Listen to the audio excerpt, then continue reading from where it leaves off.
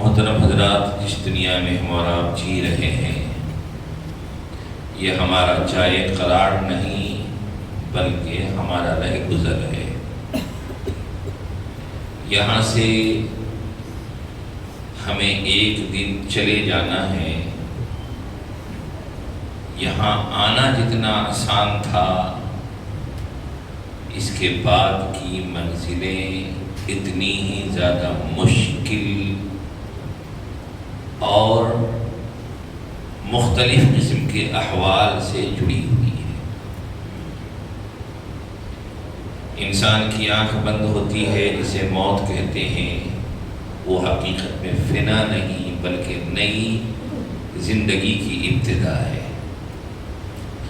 اور اس دنیا میں رہتے ہوئے جیسا گزارا ہے آگے ویسی ہی منزل ہے۔ برزخ بھی اسی طرح، برزخ کے بعد حشر و نشر بھی اسی طرح۔ گویا کہ قبر اور قبر کے بعد کی پوری زندگی منحصر ہے صرف اور صرف ہماری اس دنیاوی زندگی پر کہ ہم نے اسے کیسے گزارا ہے۔ سب سے مشکل گھڑی وہ ہے جب قبر میں سوال ہوگا، من ربک، تمہارا رب کون ہے، ما دینک، تمہارا دین کیا ہے، اور نبی اکرم صلی اللہ علیہ وسلم کی جھلک دکھلائی جائے گی کہ ان کو کیا، کن کے بارے میں کیا کہتے ہو۔ دنیا میں انسان لکھ کر کے رٹ کر کے جائے گا تو بھی وہاں جواب اسی صورت میں زبان سے صحیح جاری ہوگا جبکہ عمل دنیا میں اچھا ہوگا۔ وہاں کا جواب عمل سے جڑا ہوا ہے۔ جواب اچھا ہوگا کہ میرا رب اللہ ہے، میرا دین اسلام ہے، اور ان کے بارے میں کیا پوچھتے، یہ تو ہمارے محبوب محمد صلی اللہ علیہ وسلم ہیں جو ہمارے پاس ہدایت کا پیغام لے کر کے آئے، ہدایت کی راہیں انہوں نے ہمیں دکھلائی۔ بس یہ جواب ملتے ہی فرشتے کہیں گے علی ھذا عشت وعلی ھذا مت،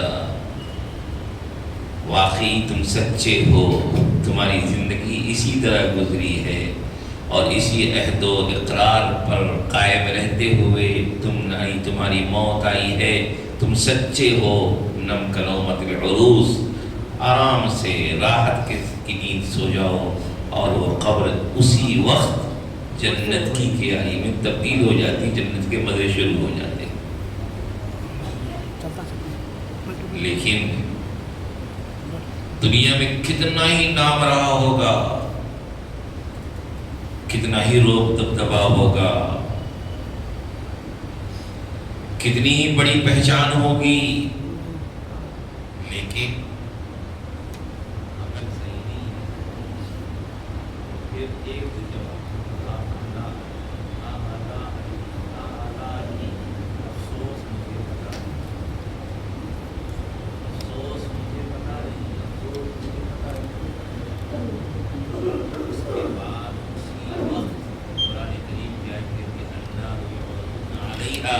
غدوا وعشیا،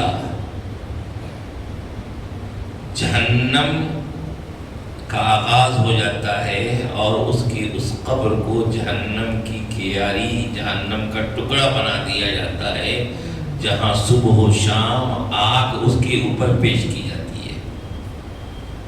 گویا کہ آخری جو حقیقی عذاب جو جہنم میں ڈالے جانے کا ہے، اس سے پہلے ہی عذاب شروع ہے۔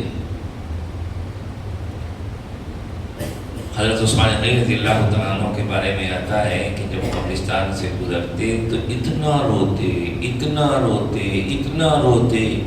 کہ ان کی داڑھی تر ہو جایا کرتی تھی۔ کیوں؟ یہ پہلی منزل ہے، یہاں جیسا ہوا، جو معاملہ ہوا، بس آگے سارا معاملہ ویسا ہی ہونے والا ہے، ویسا ہی ہونے والا ہے۔ اور آج ہم اتنے ڈھیٹ ہو گئے ہیں، ہمارا دل اتنا سخت ہو گیا ہے کہ کسی کو دفنانے بھی جاتے ہیں تو ہم کو اپنی موت یاد نہیں آتی کہ جس طرح ہم کسی کو لے کے آئے ہیں ہمیں بھی کوئی لے کے آئے گا۔ وہاں بھی بیٹھ کے لوگ ادھر تفریح چلتی رہتی ہے اور وہاں پیچھے بیٹھ کر کے غیبت کرتے رہتے ہیں. ارے انہیں ایسا ہے، انہیں ایسا بولا، ویسا کر دیا، ویسا کر دیا. کتنا غفلت کی زندگی گزاریں گے، کب تک جئیں گے اس طریقے سے غفلت کی زندگی، جبکہ معلوم ہے، یقین ہے کہ ہمارے پاس کوئی ایسی دوا نہیں، کوئی تدبیر نہیں کہ ہم اپنی زندگی کو ایک دن نہیں، ایک گھنٹہ بڑھا سکے، ایک منٹ بڑھا سکے. تمنا ہوگی کہ بیٹا آ رہا ہے، کاش کے مرنا کا وقت تھوڑا ٹل جاتا تاکہ بیٹے کو ایک نظر دیکھ لیتا. ملے گی مہلت. اذا جاء اجلهم لا يستاخرون ساعة ولا يستقدمون. ایک پل آگے نہیں، ایک پل پیچھے نہیں. وہاں نہ جلدی ہے نہ تاخیر و مہلت ہے. اس کے بعد قبر میں جو ہوگا ہوگا، پھر میدان محشر. اللہ اکبر. قرآن کریم نے جو منظر کھینچا ہے، ان آیات کا اگر دیکھ لیں تو لوگ قیامت کے خوف سے کھانا پینا بند کر دیں. نفسی نفسی کا عالم ہوگا. اندازہ لگائیے، بس ایک مثال دیتا ہوں. نبی کریم صلی اللہ علیہ وسلم نے فرمایا کہ انسان کو جب اس وقت اپنے پورا منظر سامنے ہوگا کہ آگے مجھے کیا ضرورت ہے، میرا کیا انجام ہونے والا ہے، اور اس کے لیے میرے پاس تیاری کتنی ہے، یعنی پیچھے عمل کا ذخیرہ وہ دیکھے گا اور آگے کے مناظر جنت دوزخ کی شکل میں نظر آئیں گے. اب اس وقت اس سے وہ موازنہ کر رہا ہوگا اپنا کہ بھائی میرے پاس کتنا ہے، کتنا ہونا چاہیے. تو ماضی کی غلطیوں پر اسے افسوس شروع ہوگا کہ کاش کہ فلاں موقع پہ یہ نہ کیا ہوتا، کاش کہ میں یہ نہ کیا ہوتا، کاش کہ فلاں موقع پہ یہ نہ کیا ہوتا. اور وہ چیزیں اس کو اتنا تڑپائیں گی، اتنا بے چین کریں گی اندر سے. نبی اکرم صلی اللہ علیہ وسلم فرماتے ہیں جیسے کوئی ٹینشن میں ہوتا ہے تو عموماً لوگوں کی عادت ہے ٹینشن میں اپنی انگلیوں کو، کسی چیز کو زبان دانت کے نیچے دبانا. بہت سارے ٹینشن کرتے ہیں تو ایسا دباتے ہیں. ایک انسان کی عادت ہے. یہ آیت وہاں بھی باقی رہے گی. نبی صلی اللہ علیہ وسلم نے فرمایا کہ انسان افسوس کے مارے دباتے دباتے اپنے پورے ہاتھ کو دبا دے گا، کاٹ لے گا. اس کو محسوس نہیں ہوگا کہ میں نے اپنے ہاتھ کو زخمی کر لیا. بتائیے کتنا افسوس ہوگا. اس کے لیے کیا ہے بھائی؟ اس دنیاوی زندگی کو سنبھال کے چلنا ہے، بچا کے چلنا ہے، آخرت رخی زندگی گزارنا ہے. ہر موڑ پہ یہ پیش نظر رکھنا ہے کہ ہمارا کوئی قدم آخرت کو خراب کرنے والا نہ بنے. بس یہ ایک سوال ذہن میں ہو کہ ہم آخرت کو ذہن میں رکھ کے چلیں، سارا مسئلہ حل ہو جائے گا. ابھی جو میں نے شروع میں ایک روایت پڑھی، نبی صلی اللہ علیہ وسلم فرماتے ہیں کہ قیامت کے دن کسی بھی انسان کا قدم اللہ کے سامنے سے اس وقت تک نہیں ہٹے گا جب تک کہ اس سے چند سوالات نہ ہو جائیں. کچھ لوگوں سے سوالات میں سختی ہوگی. اما عائشہ رضی اللہ تعالیٰ عنہ کو رسول اللہ صلی اللہ علیہ وسلم نے کہا کہ اللہ سے یہ دعا کیا کرو کہ اللہ ہم مشکل حساب کے قابل نہیں ہیں، بس حساب یا تو لیجئے گا نہیں اور یا لیجئے گا بھی تو ہلکا پھلکا پوچھ کر کے ٹھیک ہے جاؤ. دنیا میں بھی بہت سی چیزوں میں ہم دیکھتے ہیں کہ ذرا سا بھی حساب کتاب میں تھوڑی سختی ہو جاتی ہے، مسائل پیچیدگی پیچیدہ پیدا ہو جاتے ہیں. تو لوگ چاہتے ہیں کہ چلو بھائی دو چار سوال، دو چار بات چیت کے ذریعے مسئلہ حل ہو جائے. اس کے لیے بساخا لوگ بڑی بڑی رقم خرچ کر دیتے ہیں دنیا میں، لیکن وہاں کوئی تدبیر نہیں ہوگی سوائے اللہ کا فضل. تو فرمایا نبی صلی اللہ علیہ وسلم نے کہ جس سے بھی حساب میں ذرا بھی سختی کی جائے گی وہ بچ نہیں پائے گا. تو اللہ سے حساب یسیر مانگنا چاہیے، ایک چیز. دوسرے فرمایا کہ چند چیزوں کے بارے میں ہر بندے سے سوال ہوگا. ان عمری فیما افنا، عمر کو کہاں گزارا، عمر کو کہاں گزارا، یہ سوال ہونا ہے۔ لوگ کہتے ہیں ارے جوانی ہے، جوانی کی طاقت آپ کے پاس ہے، لیکن یہ طاقت دی ہے کس نے؟ جوانی کی طاقت پہ ناز کرتے ہوئے آپ بہت کچھ کر سکتے ہیں اس دنیا میں، لیکن علیم و خبیر اللہ کے سامنے اس جوانی کے لمحات کا آپ کو حساب دینا ہے۔ یہ طاقت اس لیے نہیں دی گئی کہ آپ ظلم کریں، یہ طاقت اس لیے نہیں دی گئی کہ آپ بے حیائی اور بدکاری کریں، یہ طاقت اس لیے نہیں دی گئی ہے کہ آپ زمین پر اترا کے چلیں، یہ طاقت اس لیے دی گئی ہے کہ آپ اپنے رب کی فرما برداری والے اعمال کریں۔ وہ نوجوان جس کی جوانی اللہ کی عبادت میں گزری ہو، آقا صلی اللہ علیہ وسلم فرماتے ہیں میدان محشر میں قیامت کے دن جس دن کوئی سایہ نہیں ہوگا، ایسے نوجوان کو اللہ کے عرش کے سائے میں جگہ دیا جائے گا۔ جوانی کے لمحات بڑے قیمتی ہیں، لیکن ہم تو کہتے ہیں بھائی جوانی دیوانی، یہ دیوانگی قبر کو بھی جہنم بنائے گی، یہ دیوانگی جہنم میں ڈالنے کا ذریعہ بھی بن جائے گی۔ سنبھل کے چلنا ہے، بچ کے چلنا ہے، کیونکہ قدم قدم پہ جہنم کا پھسلن موجود ہے۔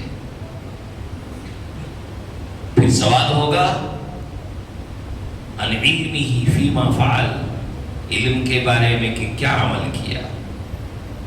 جیسے یہ سنتے لوگوں کا حال یہ ہے کہ لوگ کہتے ہیں علماء کرام اس سے مراد ہوں گے۔ ہاں ٹھیک ہے، علماء کرام بھی مراد ہیں، لیکن علم سے مراد یعنی شریعت کی جن باتوں کا بھی آپ کو علم ہو گیا، آپ نے اس پر عمل نہیں کیا، اب سوال ہوگا آپ سے۔ جیسے جمعہ کے بیان میں آپ آئے، آپ نے مدرسے میں داخل ہو کے نہیں پڑھا، لیکن جمعہ کے بیان میں، دینی مجلسوں میں، کوئی دینی ویڈیو کے ذریعے مختلف مواقع میں کچھ دین کی باتیں آپ کو معلوم ہو گئی، تو ان باتوں کے بارے میں بھی آپ سے پوچھ ہوگا کہ آپ کو جو باتیں معلوم ہوئی تھی اس پر آپ نے عمل کیا کہ نہیں کیا، کتنا عمل کیا، کتنا عمل کیا۔ اب یہاں پہ بعض نوجوان ایک بات کہتے ہیں، اس لیے اچھا ہے سوال ہوگا علم کے بارے میں کہ کتنا عمل کیا، اچھا ہے ہم جانیں گے ہی نہیں۔ ایک سے ایک نالائق لوگ ہیں دنیا میں۔ بعض لوگ، ایک نوجوان نے کہا اچھا ہے نا سوال ہونا ہے ہم جانیں گے ہی نہیں۔ تو یاد رکھ لیجئے، نہ جاننا اللہ کے نزدیک بالغ ہونے سے پہلے عذر ہے، بالغ ہونے کے بعد نہ جاننا عذر نہیں ہے۔ قیامت کے دن کسی چیز کے بارے میں آپ کہیں گے یا اللہ میں نہیں جانتا تھا، تو اس پر بھی پٹائی ہوگی کہ تم نے جانا کیوں نہیں۔ دین کی بنیادی باتوں، حلال و حرام کا ایک مسلمان کو مسلمان بن کے زندہ رہنے کے لیے کیا بنیادی معلومات ہیں، اتنا جاننا ہر مسلمان پر فرض ہے، فرض ہے۔ اب فرض جو چیز ہوتی ہے وہاں آپشن نہیں ہوتا، لازم چیزیں بھی بسا اوقات اختیار مل جاتی ہے، لیکن جو فرض ہو اس میں اختیار نہیں۔ جیسے مثلا نماز فرض ہے، کیا بیماری میں نماز معاف ہے؟ نہیں، جو فرض ہے وہ فرض ہے، ہر حال میں ہے وہ۔ تو ایک بنیادی مسلمان بن کے جینے کے لیے جتنی بنیادی معلومات کا ہونا ضروری ہے، یہ معلومات ہر مسلمان کے لیے فرض ہے، نبی صلی اللہ علیہ وسلم نے فرما دیا۔ تو نہ جانیں گے اور قیامت کے دن یا اللہ مجھے معلوم نہیں تھا، تو یہ عذر قابل قبول نہیں ہوگا۔ تو سوال ہوگا علم کے بارے میں کہ کیا عمل کیا، اس کے بعد سوال ہوگا مال کے بارے میں۔ اچھا، دنیا میں مال سے ہمارا جو رشتہ ہے وہ ایسا رشتہ ہے کہ مال سے جتنا مضبوط رشتہ دنیا میں ہمارا رہتا ہے، بظاہر کسی اور چیز سے نہیں رہتا۔ بچہ بچپن سے 5 سال کی عمر سے پڑھنا شروع کرتا، ماں باپ اس کو بھیج رہے ہیں اور اعلیٰ سے اعلیٰ ترین ڈگری تک لے کے جاتے ہیں، مقصد ایک ہی ہے مال۔ اعلیٰ سے اعلیٰ ترین ڈگری تک لے کے جاتے ہیں، مقصد مال کہ اچھا کمائے گا، اور اس ڈگری تک پہنچ گیا، اس کے بعد وہ سونا کم، کھانا کم، دوڑ دو بھاگ، ادھر میٹنگ ادھر میٹنگ ادھر جانا، ان سے ملنا، آنکھ کھلنے سے لے کے آنکھ بند ہونے تک جتنی دوڑ دھوپ ہوتی ہے اس کا مقصد مال. ہمارا آپ اپنی زندگی کو دیکھ لیں, صبح سے شام تک ہم کہاں دوڑ رہے ہیں, کدھر بھاگ رہے ہیں, اپنے جسم کو کہاں تھکا رہے ہیں, راحت و آرام کو اور بچوں کے ساتھ یہ گزرے خوشی کے لمحات کو قربان کہاں کر رہے ہیں؟ مال. مال. ایک کاروباری کاروبار میں جا رہا ہے مال کے لیے, دکاندار دکان پہ بیٹھا ہے مال کے لیے, ملازم جاب میں جا رہا ہے مال کے لیے. مال مال مال ہے ہر طرف. سب قیامت کے دن اس کے بارے میں 2 سوال ہوگا, من این اکتسبہ وفیما انفقہ, لیا تو لایا کہاں سے اور خرچ کہاں کیا, حاصل کہاں سے کیا اور خرچ کہاں سے کیا. گویا کہ ہم حاصل کرنے کے طریقے میں بھی آزاد نہیں ہیں اور خرچ کرنے کے طریقے میں بھی آزاد نہیں ہیں. ان دونوں کے بارے میں ہم سے پوچھوں گی. لوگ کہتے ہیں اپنا مال ہے جو چاہے کریں, کر لیجئے دنیا میں کر لیجئے, لیکن یہ مال جس کو آپ اپنا کہہ رہے ہیں اس کے بارے میں 2 سوال کا جواب دینا ہے. لائے کہاں سے اور گوایا کہاں, خرچ کہاں کیا. اچھے راستے سے آیا, بڑی اچھی بات ہے, اور اچھے راستے میں خرچ ہوا, بڑی اچھی بات. لیکن ان دونوں میں سے کوئی بھی ایک چیز غلط ہو گئی تو پھر ہلاکت, بربادی. آج کے دور میں مال کے خرچ کے راستے جتنے غلط ہماری زندگی میں ہیں, اسی طریقے سے مال کی آمد کی بھی بہت سی غلط شکلیں ہمارے پاس ہیں. اور نبی اکرم صلی اللہ علیہ وسلم نے فرمایا کہ ایک وقت آئے گا کہ سود سے بچنے کا اہتمام کرنے والے بھی سود کے غبار سے نہیں بچ پائیں گے. یعنی سودی معاملات اتنے عام ہو جائیں گے, اتنے عام ہو جائیں گے کہ بچنے والے بھی نہیں بچ پائیں گے. آج بہت سی ایسی شکلیں ہمارے معاشرے میں ہیں, چل رہی یہ چیزیں. مثال کے طور پر رہن کا رواج ایک عام ہو گیا ہے.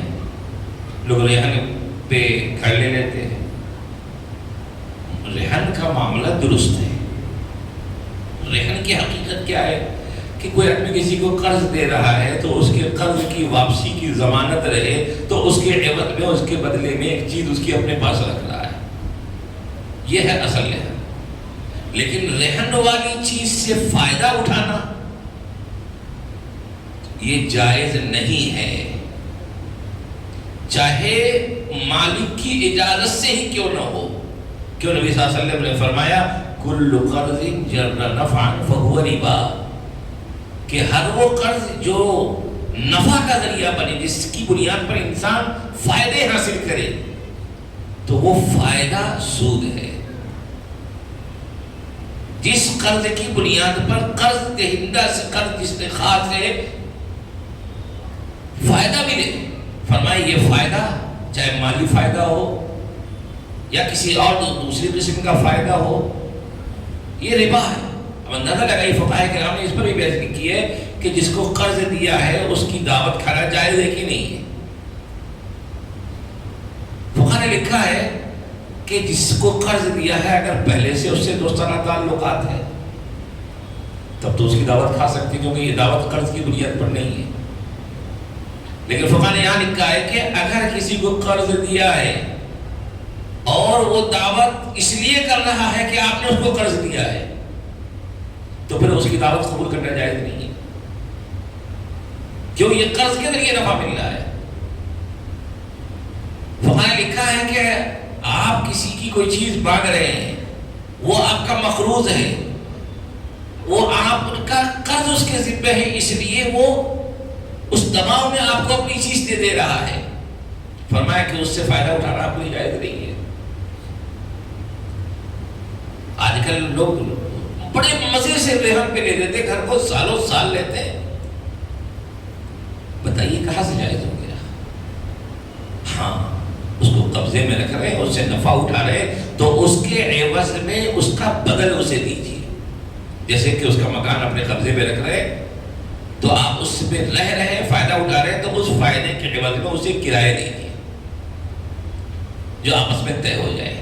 لیکن کرایہ بھی 1 روپیہ 2 روپیہ نہیں، کرایہ وہ اتنی رقم ہو جسے کرایہ کہا جا سکتا ہو، جسے کرایہ کہا جا سکتا ہو. کم سے کم اتنی رقم کا طے ہونا ضروری ہے. یہ نہیں کہ بس چلو بھائی ٹھیک ہے کہ کھانا کاغذی پوری کری، چلو 5 روپیہ کرایہ رکھ دیا.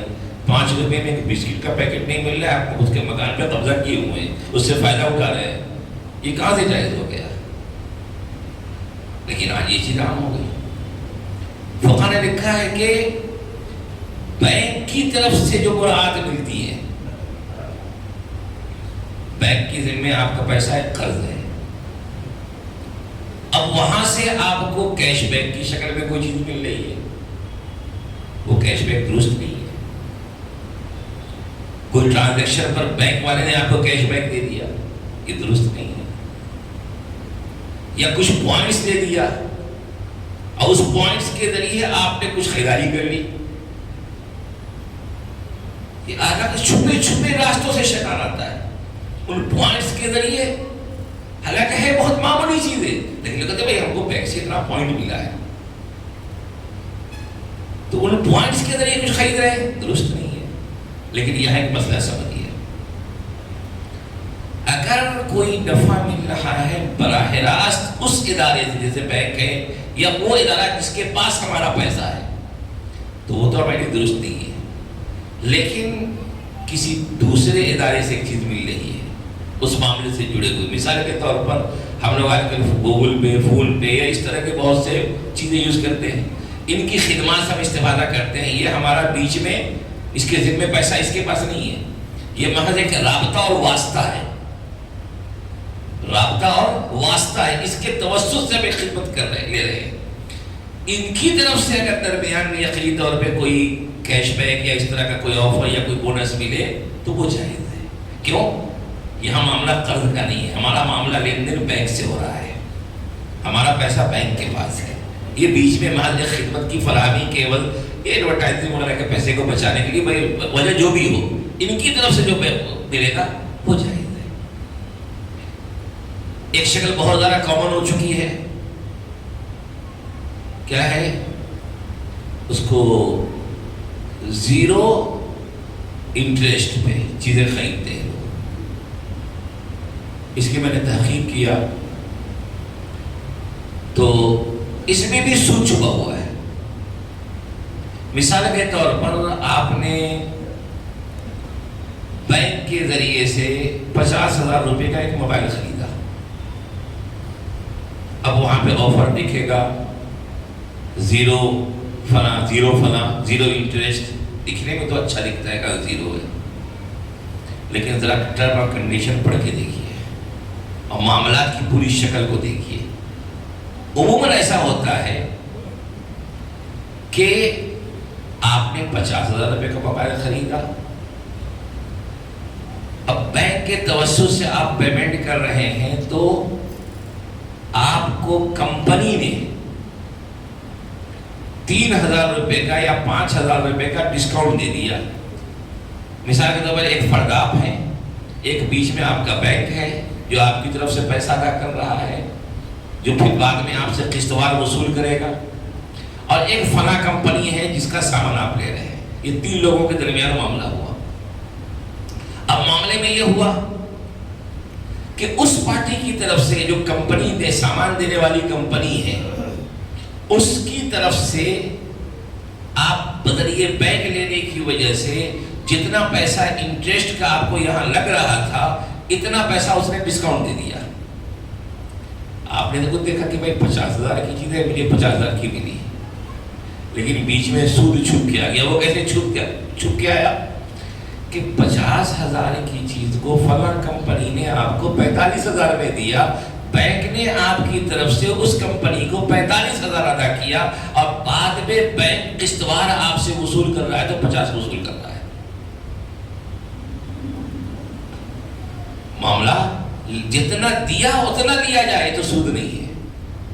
قرض دیا 10 وصول کیا 12، تو شکل جو بھی ہو، جو بیچ کا ادارہ ہے وہ بیچ کا ادارہ آپ کا وکیل بن کے، آپ کی طرف سے نمائندہ بن کر کے آپ کا قرضہ وہ اس کو ادا کر دے رہا ہے. پھر بعد میں آپ کی طرف سے وصول کر رہا ہے. لیکن آج کل لوگ بڑے مزے سے ای ایم آئی پہ چیزیں لے رہے ہیں، ای ایم آئی پہ چیزیں لے رہے ہیں. بھائی سودی جہاں مجبوری ہے، قانونی مسائل ہیں، چلو مجبوری سے اللہ واقف ہے، لیکن جو مجبوری نہیں ہے، بلا وجہ محض جائز ناجائز شوقوں میں بہ رہے ہیں. ابھی جاب لگی اور جاب لگتے ہی مہنگا فون خرید لیا. ارے یہ کیا شوق ہے بھائی؟ اور پھر 2 مہینے کے بعد جاب ختم ہو گئی، اس کے بعد ان سے قرضے لے رہے ہیں، ان سے قرضے لے رہے ہیں، ان سے قرضے لے رہے ہیں. یہ مہنگے پھولوں کے شوقوں نے تو ہمارے نوجوانوں کو برباد کر دیا. بھائی پہلے اس مہنگے پھول سے آپ کا وزن نہیں بڑھ جائے گا، آپ کا وزن آپ کی قابلیت سے بڑھے گا.